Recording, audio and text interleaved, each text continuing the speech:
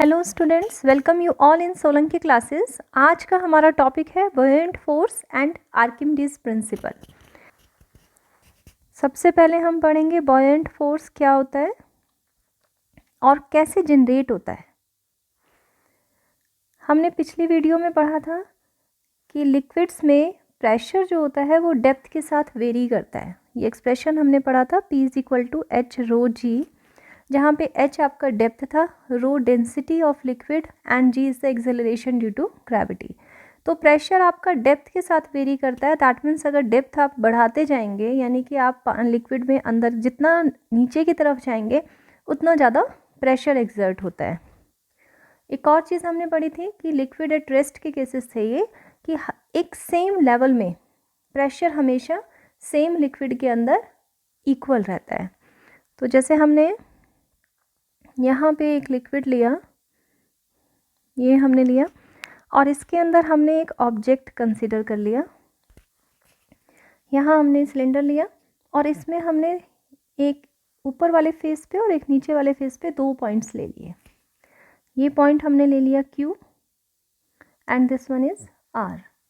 Suppose first face ये जो है, इसका फ्री सरफेस ऑफ लिक्विड से जो डेप्थ है ये H1 है और इस वाले की डेप्थ हमने ले ली H2। ये अलग अलग डेप्थ हमने ले ली। अब क्या होगा, इस पे एक प्रेशर वर्क करेगा, that will B P1। Q point पे हमने ले लिया, वो हमारा कितना था, हमने पढ़ा था atmospheric pressure plus it's depth की वजह से जो प्रेशर आएगा H1 रो G। इसी तरह इस पॉइंट पे भी एक प्रेशर वर्क करेगा, that is atmospheric pressure plus, क्योंकि एटमॉस्फेरिक प्रेशर आपका फ्री सरफेस पे वर्क कर रहा है, तो ये आ जाएगा H2 रो G। तो ये दोनों प्रेशर्स आपके डिफरेंट हैं, यानी इस फेस पे जो फोर्स वर्क करेगी वो और इस फेस पे जो फोर्स वर्क करेगी वो अलग अलग होंगे। लेकिन अगर हम साइड वाले फोर्सेस की बात करें, यानी साइड वाले फेसेस पे चेक करें, तो कोई भी हम दो पॉइंट लेते हैं एट द सेम लेवल, यहाँ भी हमने ऐसे कोई भी दो पॉइंट मार्क कर लिए, तो ये आपका एक प्रेशर इधर वर्क कर रहा है, एक इधर, दोनों पॉइंट सेम डेप्थ पे होंगे तो इनके लिए प्रेशर्स भी सेम होंगे। यहाँ भी यही चीज़ आएगी। इस तरह से आपके पास इस जो कर्व सरफेस है इसका, उसके हर एक पॉइंट पे एक ऑपोजिट प्रेशर आपको मिलेगा, जो क्या होगा, इक्वल होगा।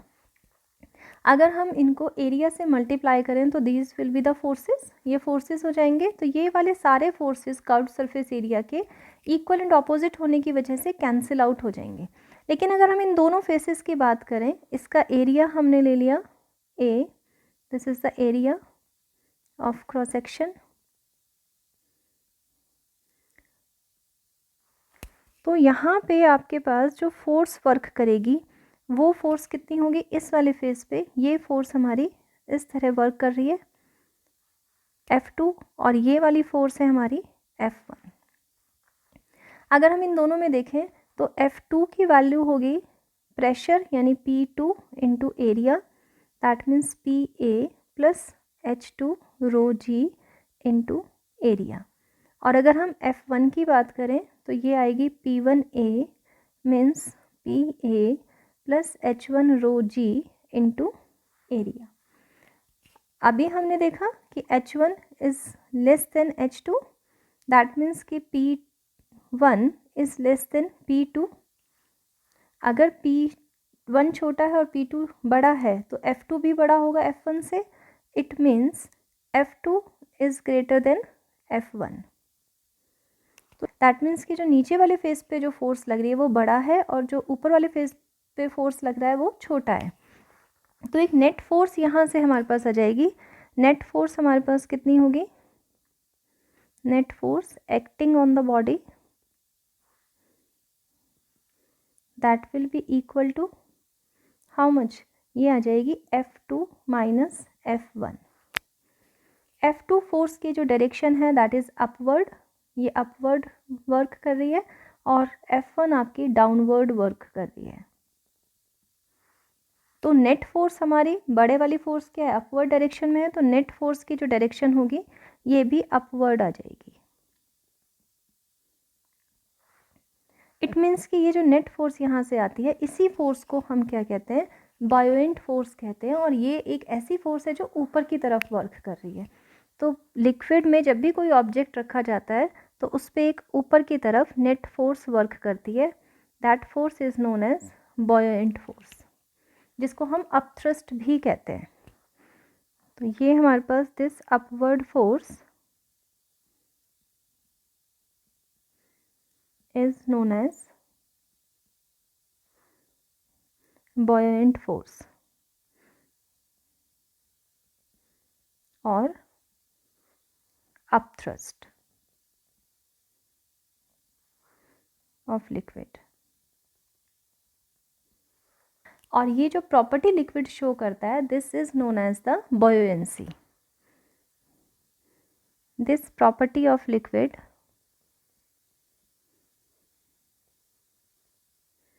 is known as buoyancy। buoyant force को हम मैथमेटिकली कैसे कैलकुलेट करते हैं, ये हमारे पास एक फॉर्मूला होता है, buoyant force is equal to weight of liquid displaced, weight of liquid displaced। Liquid displaced का मतलब, जैसे हमने ऑब्जेक्ट को इसके अंदर प्लेस किया, यहाँ पे जब हम इसको इसके अंदर प्लेस करेंगे तो क्या होगा, जहाँ पे हमने इसको रखा है वहाँ से लिक्विड को हटना होगा। लिक्विड हटेगा तो इसके लिए एक जगह बनेगी, फिर हम इसको वहाँ पे प्लेस कर रहे हैं। दैट मीन्स कोई भी ऑब्जेक्ट अगर किसी लिक्विड के अंदर रखी गई है तो वो लिक्विड को डिस्प्लेस्ड करेगी। तो वो कितना लिक्विड डिस्प्लेस करेगी, जितना वॉल्यूम उसका लिक्विड के अंदर जाएगा उतना ही। जैसे सपोज यहाँ मैंने लिया, ये लिक्विड है, एक ऑब्जेक्ट मैंने लिया, वो पूरा का पूरा इसके अंदर प्लेस्ड है। एक हमने यहाँ लिया, ये हमारा लिक्विड हुआ, और इसमें से इतना पार्ट उसका अंदर है, बाकी का पार्ट ऊपर है। तो जितना पार्ट उसका अंदर आया है उसने उतना ही लिक्विड डिस्प्लेस किया है, बाहर वाले से कोई मतलब नहीं है उसको। तो हम ये कहेंगे यहाँ पे जो वॉल्यूम हम लेंगे that will be the volume of immersed part of the body. ये हमारे पास आएगा, दैट मीन्स वी आई हमारा क्या है, this is the volume of immersed part of the body. उतना ही वॉल्यूम हमने लेना है जितना बॉडी का पार्ट लिक्विड के अंदर है।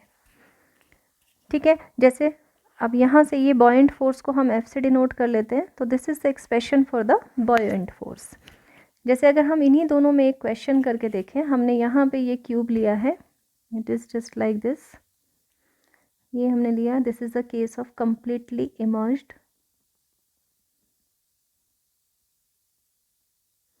और ये केस हमने ले लिया जब वो पार्शियली इमर्ज्ड है, यानी इसका कुछ पार्ट ऊपर है और कुछ पार्ट लिक्विड के अंदर है। में कि जो क्यूब हमें दिया हुआ है इसकी साइड आपको दी है 2 सेंटीमीटर, और इस वाले क्यूब की साइड हमें दी है 3 सेंटीमीटर, और जो वॉल्यूम इमर्ज्ड है वो वाला पार्ट हमारा 1 सेंटीमीटर हाइट का है। तो ये कंडीशंस हमें दी है। हमें दोनों के लिए बॉयंट फोर्स फाइंड आउट करना है। अगर हम फर्स्ट केस के लिए लेते हैं, this one is first case, this one is second case, तो फर्स्ट केस के लिए अगर हम लें तो हमारे पास बॉयंट फोर्स होगा that will be equal to immersed volume into rho into g, rho of liquid।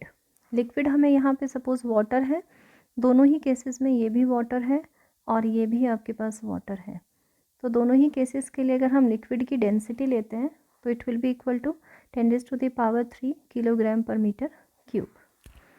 सबसे पहले हम यहाँ पे वी आई यानी इमर्ज्ड वॉल्यूम फाइंड आउट करेंगे।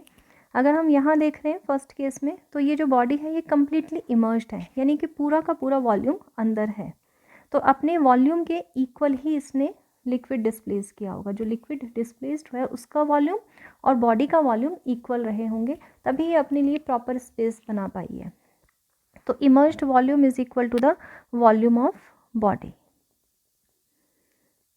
इसकी साइड हमें पता है 2 centimetre and it is given, it is a cube, तो यहाँ पे आपके पास ये आ जाएगा 2 सेंटीमीटर को मीटर में चेंज कर लेंगे और इसका cube, that means 8 × 10⁻⁻⁶ metre cube. अब हम इसको यहाँ पे यूज़ कर लेते हैं। F is equal to buoyant force हमारे पास आ जाएगी वॉल्यूम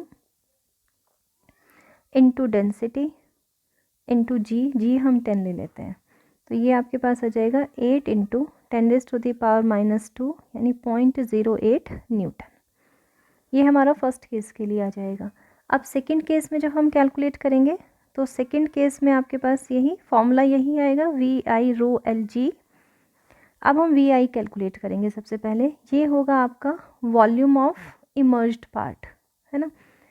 इमर्ज्ड पार्ट का वॉल्यूम है ना। अगर हम यहाँ चेक करें इस वाले केस में, तो इस केस में ये कम्प्लीटली इमर्ज्ड नहीं है, इसका सिर्फ इतना पोर्शन, ये जो नीचे वाला पोर्शन है सिर्फ इतना ही पोर्शन आपका इमर्ज्ड है।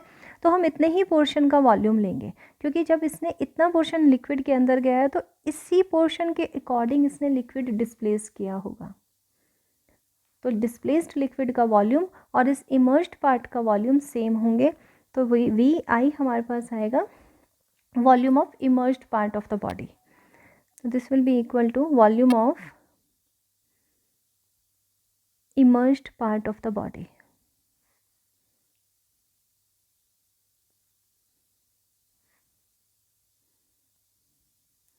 That means displaced liquid का वॉल्यूम और immersed part of the body का वॉल्यूम इक्वल होंगे।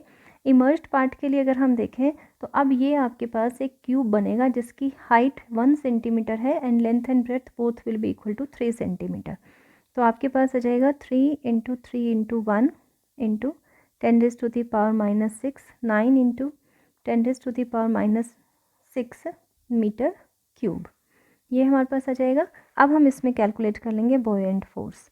तो this is 9 into 10⁻⁻6, density is 10⁻³ and G again we are taking 10। तो ये जाएगा 9 इंटू 10⁻⁻2 न्यूटन और 0.09 न्यूटन, ये हमारे पास आंसर आ जाएगा। तो इस तरह से हम लोग क्या करते हैं, हम ये चेक करते हैं कि कितना पार्ट उसका इमर्ज्ड है, उतना ही वॉल्यूम हम लेके लिक्विड डिस्प्लेस्ड का वॉल्यूम कैलकुलेट कर लेते हैं। अब देखो एक और चीज़ हम इसमें समझते हैं। जब हमने लिक्विड के अंदर किसी ऑब्जेक्ट को प्लेस किया, ये हमने ले लिया, और इसमें हम अगर एक ऑब्जेक्ट प्लेस कर रहे हैं, सपोज़ इस तरह से आपकी वो इसके अंदर आ रही है, ये पार्ट इसका लिक्विड के अंदर है, तो यहाँ पे क्या कंडीशन होगी, इसका वेट है बॉडी का वो नीचे की तरफ वर्क करेगा और इस वेट को आपका एक बैलेंस मिलेगा, तभी ये यहाँ आके रुकेगा। कोई ना कोई एक ऑपोजिट फोर्स इसको बैलेंस करेगी। वो कितनी होगी ऑपोजिट फोर्स, कौन सी फोर्स होगी, that will be the buoyant force, जो क्या कर रही है, इसको बैलेंस कर रही है। तभी आपके दो equal and opposite forces equal होंगे और बॉडी वहीं की वहीं रुक जाएगी। तो हम ये कहेंगे कि एक बॉयंट फोर्स यहाँ पे वर्क करेगी F, ये बॉयंट फोर्स हो गई, and mg is the weight of the body, ये उसका वेट हो गया। पहली चीज़ तो यहाँ पे देखो, मैंने इन दोनों फोर्सेस को एक ही पॉइंट पे नहीं बनाया है। ये जो आपके पास mg यानी कि ये वेट ऑफ द बॉडी होता है, ये आपका वर्क करता है सेंटर ऑफ द बॉडी यानी centre of mass of the body पे, ठीक है। ये किस पे वर्क करेगा, centre of mass of body पे।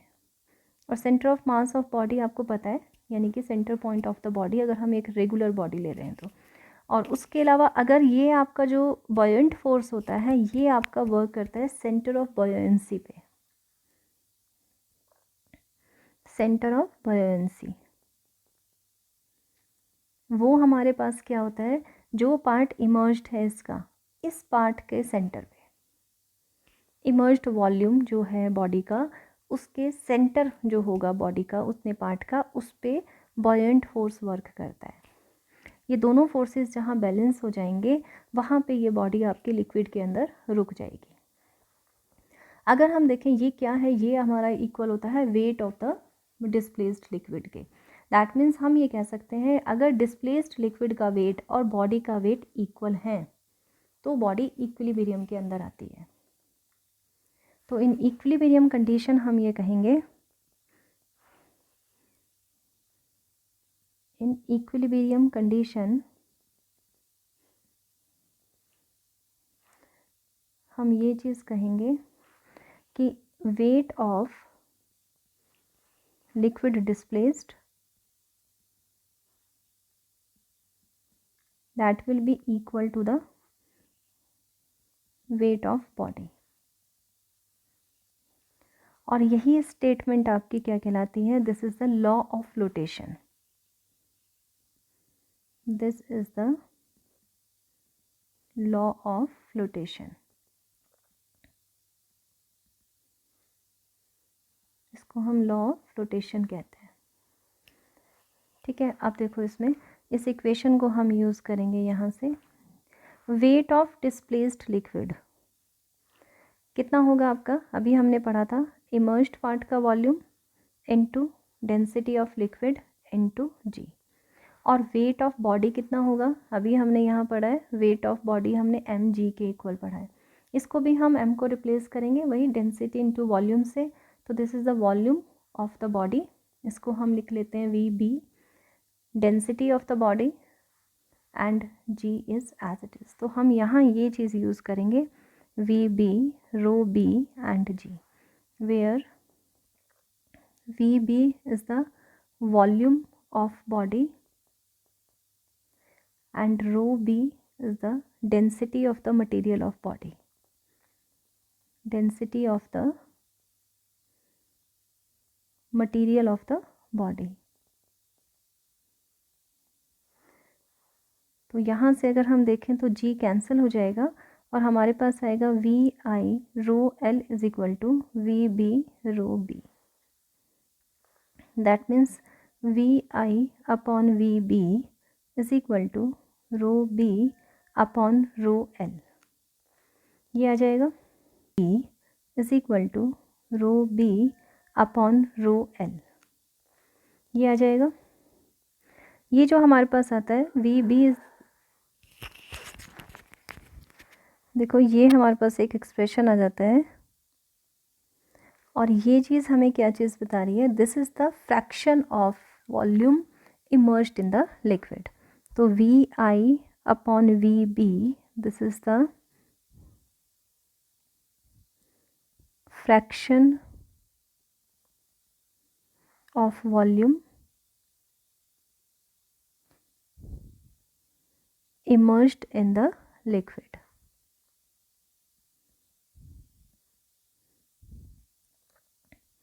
अब हम इससे आगे स्टडी करते हैं।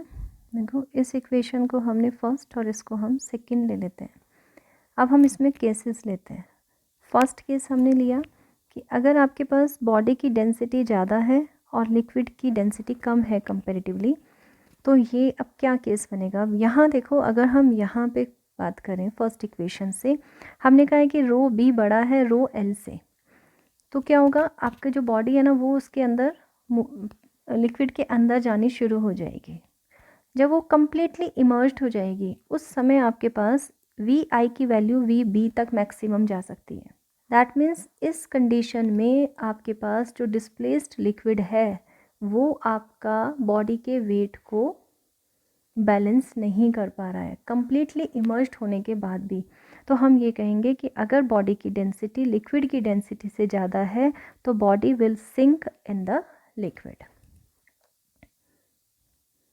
Body will sink in the liquid. Second case हम इसमें लेते हैं, अगर दोनों की डेंसिटीज़ इक्वल हैं, rho B is equal to rho L का केस हमारे पास आएगा।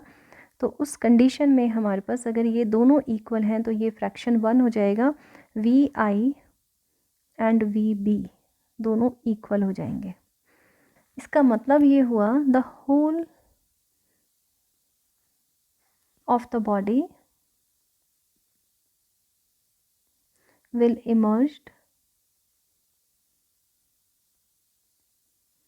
इन द लिक्विड। और आप उसको कहीं भी छोड़ें, आप उसको अंदर तक प्रेस करके ले जाएं और फिर छोड़ें, तब भी वो आपकी क्या होगी? सरफेस के बिल्कुल नीचे है, आपकी जो फ्री सरफेस है ना लिक्विड की उसके बिल्कुल नीचे ही आपकी फ्लोट करेगी कंप्लीटली इमर्ज्ड होके। तो यहाँ आ जाएगा wherever it is left, कहीं भी आप लिक्विड के अंदर उसको छोड़ें वो हमेशा उसी प्लेस पे आके फ्लोट करना शुरू कर देगी। थर्ड केस हमारे पास आएगा when rho B is less than rho L. इस कंडीशन में आपके पास कुछ फ्रैक्शन बॉडी का इमर्ज्ड होगा और बाकी लिक्विड के बाहर रहेगा। Only fraction of the body will be immersed in the liquid.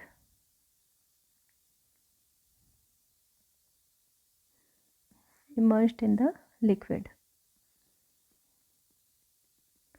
और ये हमने अभी यहाँ इसी इक्वेशन से दिया, ये जो हमने फाइंड आउट करी थी second equation, it is given by equation 2।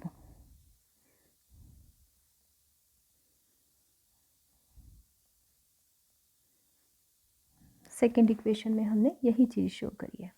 देखो इसके ऊपर एक क्वेश्चन करते हैं, और ये तीनों जो हमने अभी स्टडी करे हैं ना, these are the laws of flotation. अब एक क्वेश्चन कर लेते हैं। हमें दिया है सपोज डेंसिटी ऑफ आइस हमें दी हुई है, rho for ice that is equal to 900 kilogram per metre cube, और एक पीस ऑफ आइस हमने क्या किया, वाटर के अंदर रखा है, तो डेंसिटी ऑफ वाटर हमें दी है that is 1000 kilogram per metre cube. हमें फाइंड करना है, find the fraction of volume of the ice inside the water. Immersed part हमने कैलकुलेट करना है, उसका वॉल्यूम इनसाइड द वाटर। देखो हमें रो ऑफ द बॉडी भी गिवन है, ये कितना है, आइस की डेंसिटी के equal 900 kilogram per metre cube. Rho of liquid हमें गिवन है, density of water 1000 kilogram per metre cube. हमें कैलकुलेट करना है fraction of volume inside the water, that means immersed part का फ्रैक्शन हमें फाइंड आउट करना है। We need to calculate V I over V B, ये चीज़ हमें कैलकुलेट करनी है। अभी हमने रिलेशन पढ़ा है V I over V B that will be equal to rho B upon rho L, ये हमने यहाँ पढ़ा था, दिस वन सेकेंड इक्वेशन में। अब हम इसको आगे कर लेते हैं। देखो वैल्यूज़ डालते हैं, it is 900 upon 1000 rho B की वैल्यू और रो एल की वैल्यूज़ हमने डाल दी। यहाँ से V I upon V B हमारे पास आ जाएगा 9/10। तो यहाँ से अगर हम देखें वी आई की वैल्यू आएगी 9/10 of V B, that means 9/10 of the total volume उसका इमर्ज्ड होगा। तो इमर्ज्ड वॉल्यूम हमारे पास आ जाएगा V I, this is 9/10 of the total volume of ice, of piece of ice. ये हमारे पास आंसर आ जाएगा। एक और क्वेश्चन कर लेते हैं। इसमें सपोज हमें दिया हुआ है, इस तरह से हमने एक कंटेनर लिया, इसमें एक लिक्विड है और इसमें हमने एक ऑब्जेक्ट रखा है जिसका मास हमें दिया है, मास ऑफ ऑब्जेक्ट ये हमें दिया है 0.6 किलोग्राम, दिस इज 0.6 किलोग्राम। ये वाटर है, इसकी डेंसिटी हमें दी हुई है 10⁻³ यानी 1000 किलोग्राम पर मीटर क्यूब। इस ऑब्जेक्ट की साइड हमें दी है एज ऑफ द क्यूब। ये जो ऑब्जेक्ट है, ऑब्जेक्ट आपका एक क्यूब है, इसकी साइड हमें दी है साइड ऑफ ऑब्जेक्ट, या फिर इसको क्यूब भी कह लो, ठीक है। ये हमें दी है 10 सेंटीमीटर की। हमें फाइंड आउट करना है इसमें वॉल्यूम आउटसाइड द लिक्विड कितना होगा। Find the volume of the object outside the liquid. अब हमें बाहर वाला वॉल्यूम कैलकुलेट करना है, आउटसाइड द लिक्विड। इसको कैलकुलेट करने के लिए हम क्या करेंगे, हम पहले इमर्ज्ड पार्ट का कर लेते हैं। टोटल वॉल्यूम में से अगर हम इमर्ज्ड पार्ट का माइनस कर देंगे तो ये बाहर वाला वॉल्यूम हमारे पास आ जाएगा। सबसे पहले हम इसमें क्या करते हैं, इमर्ज्ड पार्ट का वॉल्यूम कैलकुलेट करेंगे। अभी हमने इसमें एक कंडीशन पढ़ी थी, लॉ ऑफ फ्लोटेशन की जो बेसिक हमने डेफिनेशन पढ़ी थी, वहाँ हमारे पास क्या था, बॉयेंट फोर्स जो होता है आपका, यानी weight of liquid displaced, that is equal to the weight of body, यानी buoyant force that is equal to the weight of body. Buoyant force के लिए हमारे पास एक्सप्रेशन था V I, volume of immersed part, multiplied by the density of liquid into g, और weight of the body है m into g. हमने इस पर ये एक्सप्रेशन क्यों यूज़ किया, क्योंकि हमें मास गिवन है, हमें इसकी डेंसिटी नहीं पता, अदरवाइज़ हम इसी चीज़ को यहाँ पे V B rho B into g भी कर सकते थे, वही जो अभी हमने ये वाला फॉर्मूला यहाँ यूज़ किया था, this one. But we don't know about the density of the object, तो इसीलिए हमें मास गिवन था, तो हमने इसको इसी फॉर्म में यूज़ कर लिया, हम वॉल्यूम और डेंसिटी के फॉर्म में नहीं गए। यहाँ से कर लेते हैं, वी आई कैलकुलेट करना है, तो ये हो जाएगा m g upon rho L into g. G तो कैंसिल हो रहा है, बाकी वैल्यूज़ डालते हैं। एम की वैल्यू कितनी है 0.6 divided by density of water, ये है आपकी 1000। ठीक है, तो इसको हम ले लेते हैं, ये हमारे पास आ जाएगा 6 इंटू 10⁻⁻⁴ मीटर क्यूब। साइड हमें सेंटीमीटर में गिवन है, तो इसको सेंटीमीटर क्यूब में ले लेते हैं, तो that will be equal to 600 centimetre cube. ये हमारे पास होता है 1 metre cube is equal to 10⁻⁻6 centimetre cube. इसको हमने यूज़ कर लिया। अब हम, ये हमारा इमर्ज्ड पार्ट का वॉल्यूम आ गया। अब हम इसमें कैलकुलेट करते हैं total volume of the body. ये आ जाएगा total volume of the body, that will be equal to, हमें क्यूब दिया है ना, तो क्यूब का ही फॉर्मूला यूज़ करेंगे, 10 सेंटीमीटर इसका क्यूब यानी साइड क्यूब, तो ये आ जाएगा आपका 1000 सेंटीमीटर क्यूब। आपको फाइंड आउट करना है volume of object outside the liquid, तो वो हम ले लेते हैं। अब volume of object outside the liquid, ये हमारे पास आ जाएगा, टोटल वॉल्यूम में से हम माइनस कर देंगे इमर्ज्ड पार्ट का वॉल्यूम यानी 600, तो it will B 400 centimetre cube. This will be the answer. ये हमारे पास आ जाएगी वैल्यू किसकी, volume of object outside the liquid, कितना पार्ट उसका बाहर है, दैट मीन्स ये वाला पार्ट का वॉल्यूम हमने कैलकुलेट कर लिया।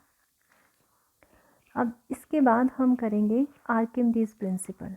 ये तो अब तक फ्लोटेशन के लॉज तुम्हें बता दिया और बॉयलेंट फोर्स बता दिया, अब हम इसी को कंटिन्यू करेंगे आर्किमिडीज प्रिंसिपल के साथ। तो आर्किमिडीज प्रिंसिपल आपका क्या कहता है कि अगर हम किसी भी ऑब्जेक्ट को किसी लिक्विड के अंदर रखते हैं तो उसका वेट में डिफरेंस आता है। अगर एयर में किसी चीज़ का वेट सपोज़ हमने देखा वो आपका आ रहा है 3 न्यूटन, हमने उसको लिक्विड में रखा, लिक्विड के अंदर हमने इमर्ज्ड कराया, फिर हम उसका वेट मेजर करें, सपोज़ वो हमारे पास आ जाता है 2 न्यूटन, तो अब वहाँ पे डिफरेंस आ गया, यानी कि 3 न्यूटन से वो कितने पे चला गया, 2 न्यूटन पे चला गया। तो एक जो वेट लॉस हमें मिलता है, ये आर्किमिडीज प्रिंसिपल कहता है कि ये वेट लॉस बॉयेंट फोर्स के इक्वल होता है। That means when a body is immersed in immersed, इसको हम ले लेते हैं partially और completely, fully लिख लेते हैं, in a liquid, liquid कैसा है, at rest, liquid at rest, it seems to be less than when it is in air. और इसका रीज़न क्या होता है? It is because of the buoyant force. तो हमारे पास डब्ल्यू ए डबल पी से हम रिप्रेजेंट कर रहे हैं, ये शो कर रहा है अपरेंट वेट।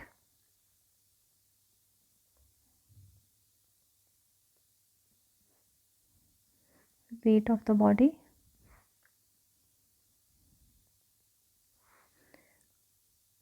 और ये है आपका actual weight of the body.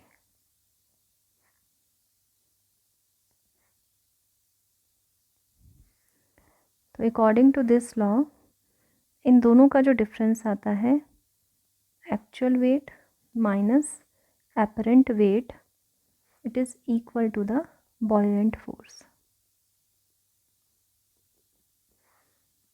यानी वेट ऑफ लिक्विड डिस्प्लेस्ड।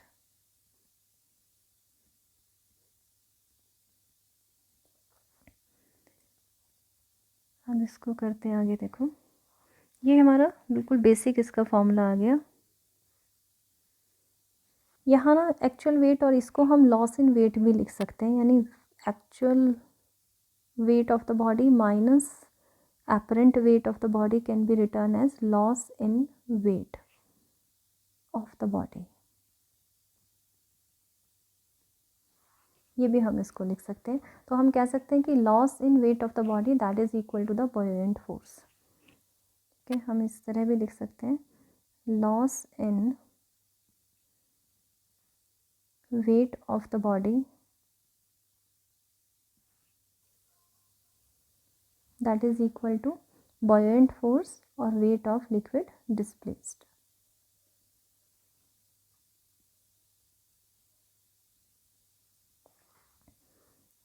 ये भी हमारे पास इसमें एक्सप्रेशन जा सकता है। अब इसमें क्वेश्चन कर लेते हैं। जैसे फर्स्ट क्वेश्चन आपके पास हम लेते हैं कि आपके पास है कॉपर क्यूब, ये दिया हुआ है, इसका मास हमें दिया है 0.5 kilogram, is weighted in water और इसका जो मास आता है वाटर में, the mass comes out to be that is 0.4 kilogram. हमें बताना है इज दिस क्यूब हॉलो और सॉलिड।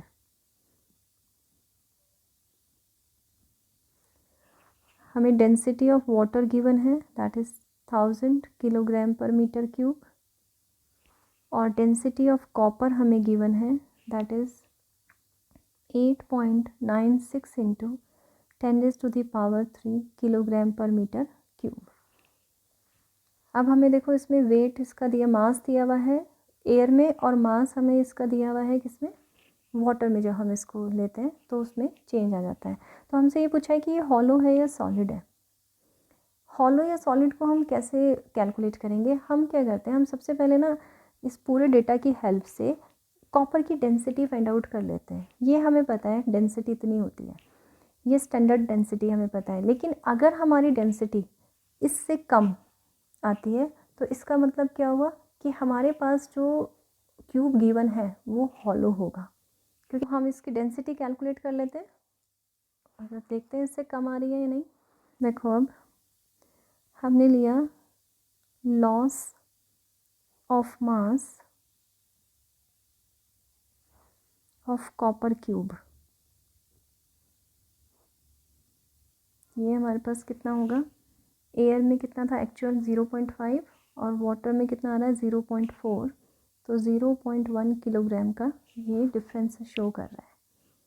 और ये किसके इक्वल होता है, वेट ऑफ लिक्विड डिस्प्लेस्ड के। अभी हमने यही स्टेटमेंट यहाँ लिखी है, तो वेट ऑफ लिक्विड डिस्प्लेस्ड हम फाइंड आउट करते हैं। तो ये आपके पास है, मास की फॉर्म में ले रहे हैं ना तो मास ही ले लेंगे, जी से मल्टीप्लाई नहीं कर रहे हैं बस हम। तो हो जाएगा mass of liquid displaced,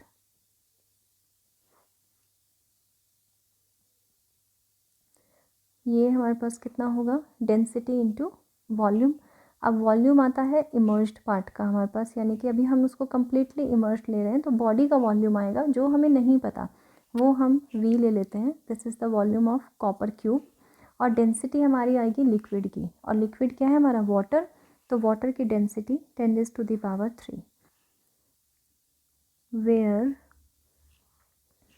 V is the volume of copper cube. Volume कैसे कैलकुलेट करेंगे हम इसका, वॉल्यूम के लिए अब हम ये वाला एक्सप्रेशन यूज़ करेंगे। लॉस हमें कितना दिया है, 0.1 इज इक्वल टू, हम ये डाल देंगे, यहाँ से हमारे पास वॉल्यूम आ जाएगा। तो हम इसमें यूज़ करेंगे आर्किमिडीज प्रिंसिपल। तो ये आ जाएगा आपका आर्किमिडीज प्रिंसिपल यूजिंग, ना, इसके according loss of mass of copper cube, that is equal to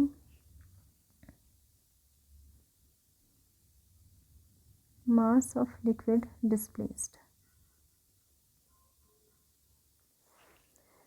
यहाँ आपको दिया है 0.1 and it is equal to V into 10⁻³ V is equal to हो जाएगा 0.1 डिवाइडेड बाई 10⁻³, यानी कि हम इसको लिख सकते हैं 10⁻⁻⁴ मीटर क्यूब। यहाँ से अब आप डेंसिटी फाइंड आउट करो। डेंसिटी ऑफ कॉपर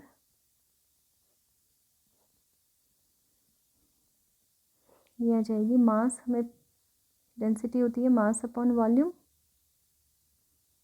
मास हमें पता है इट इज़ 0.5 और वॉल्यूम है 10⁻⁻⁴। तो इसको हम लेंगे तो ये आ जाएगी 5 into 10⁻³ kilogram per metre cube. ये हमारे पास आ गई इसकी कॉपर की डेंसिटी, और कॉपर की डेंसिटी ऑलरेडी हमें गिवन है, that is equal to 8.96 into 10⁻³ तो अगर हम यहाँ से देखें तो हमारे पास ये डेंसिटी बहुत कम आ रही है, तो हम यहीं लिखेंगे it is less then 8.96 into 10⁻³ kilogram per metre cube. सो हम क्या कहेंगे कि copper cube is hollow, copper cube is hollow.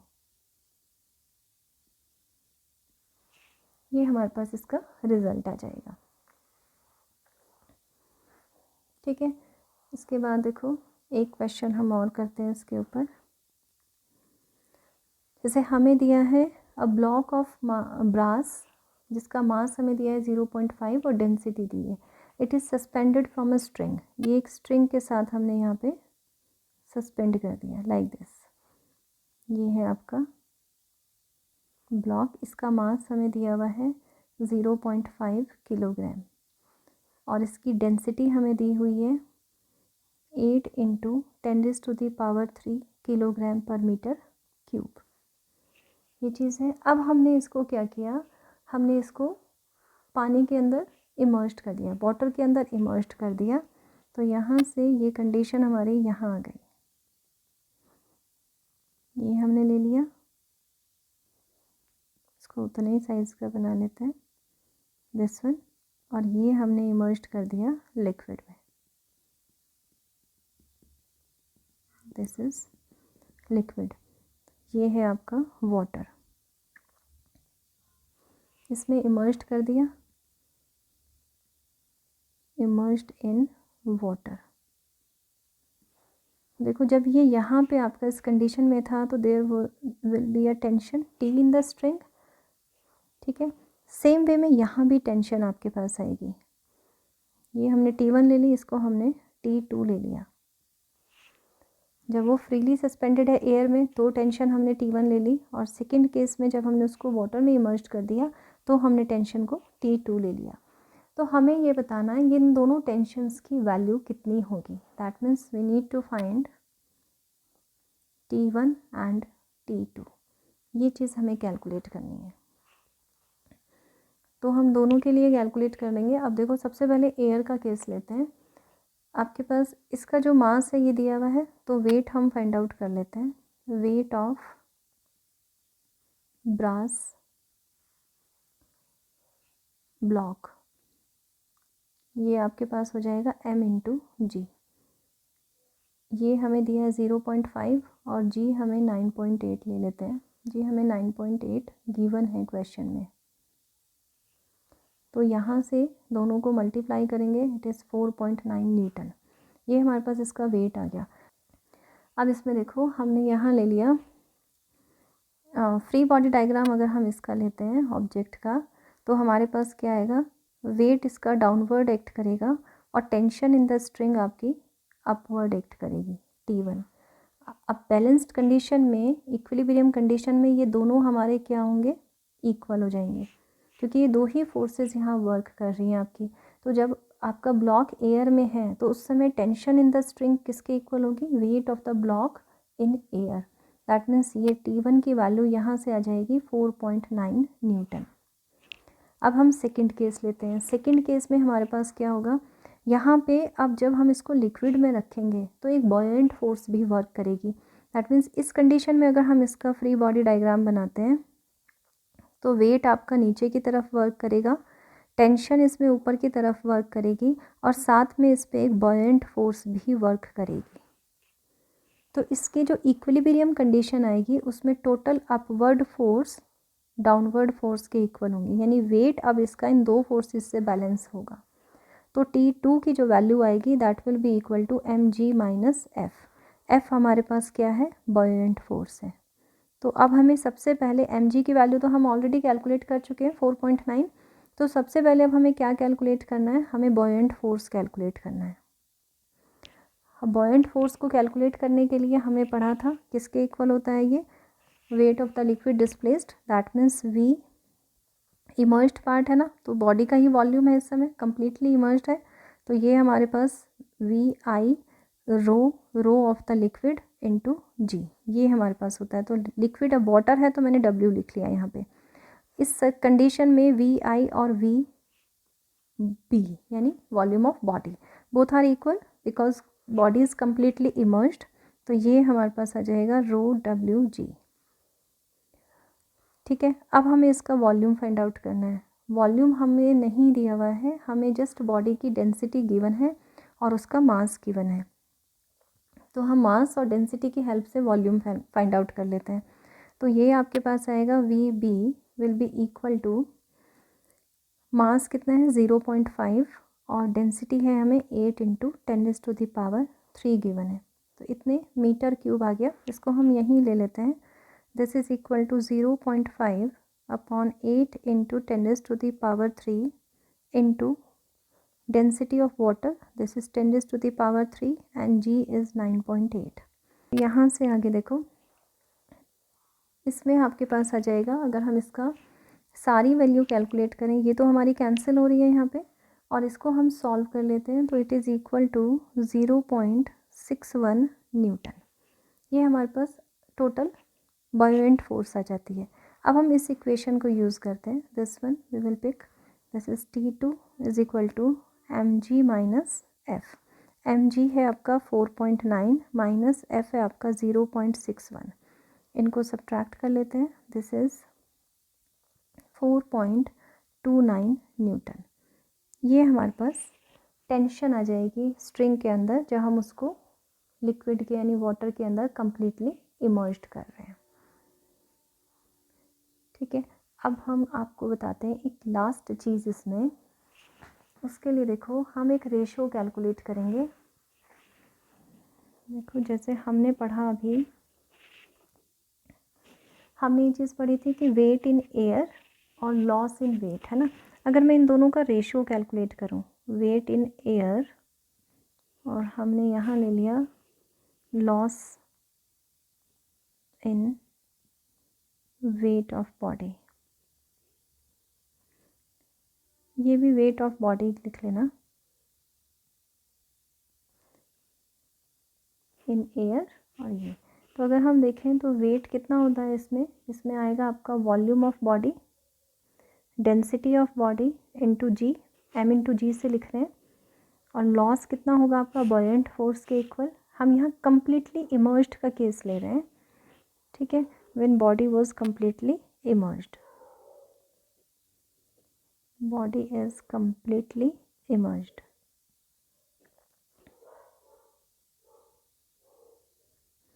तो उस कंडीशन में इमर्ज्ड पार्ट का वॉल्यूम इक्वल होगा बॉडी के वॉल्यूम के, तो ये भी इतना ही आ जाएगा, डेंसिटी ऑफ लिक्विड इनटू जी। अगर हम अब चेक करें तो ये दोनों चीज़ें कैंसिल आउट हो जाती हैं और हमारे पास रिलेशन आता है rho B upon rho L.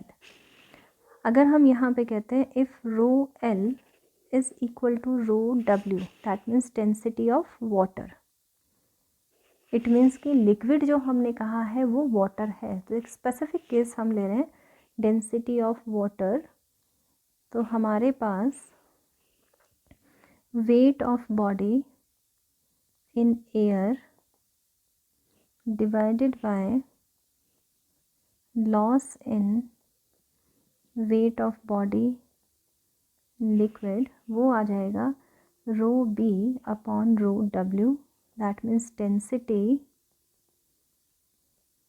Of the material of the body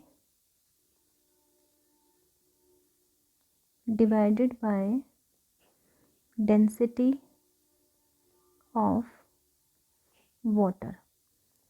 और ये मैंने आपको अपनी पिछली वीडियो में बताया था कि किसी भी मटेरियल की बॉडी का और वाटर की डेंसिटी दोनों का जो रेशियो होता है it is known as the relative density. तो यहाँ से ये वाला जो रेशियो है ये हमारा रिलेटिव डेंसिटी के भी इक्वल हो जाता है, relative density of the material of the body, of the material of the body. ये हमारा किसके इक्वल हो गया, wait of body in air divided by loss in weight of body.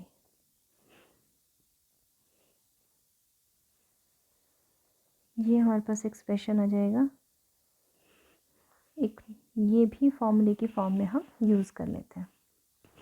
देखो अब हम ये क्वेश्चन करते हैं, इसमें हमें दिया है a jeweller claims that he sells ornaments made of pure gold that has relative density 19.3।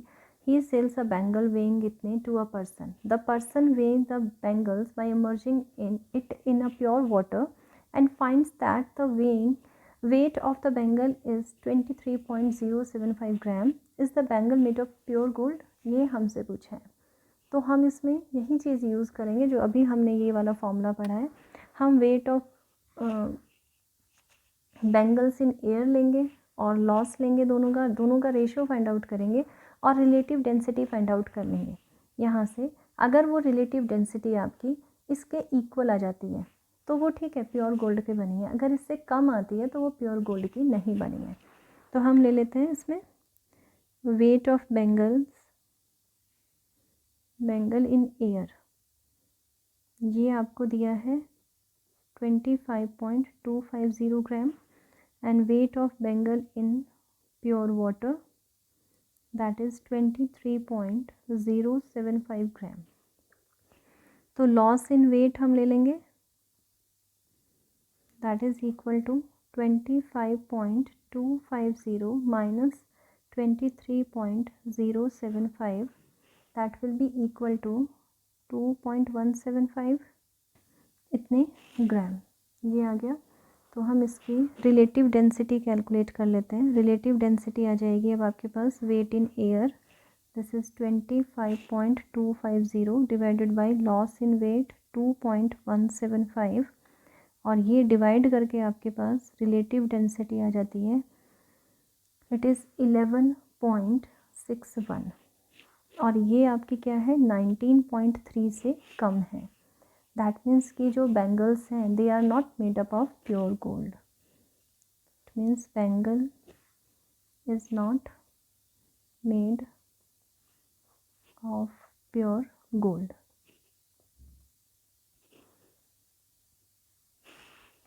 ठीक है, तो इस तरह से हम कैलकुलेट कर लेते हैं।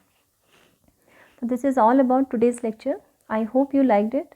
If you like it, then share it with your friends, and we will meet again in the next video with a new topic. Till then, bye and take care. Happy learning.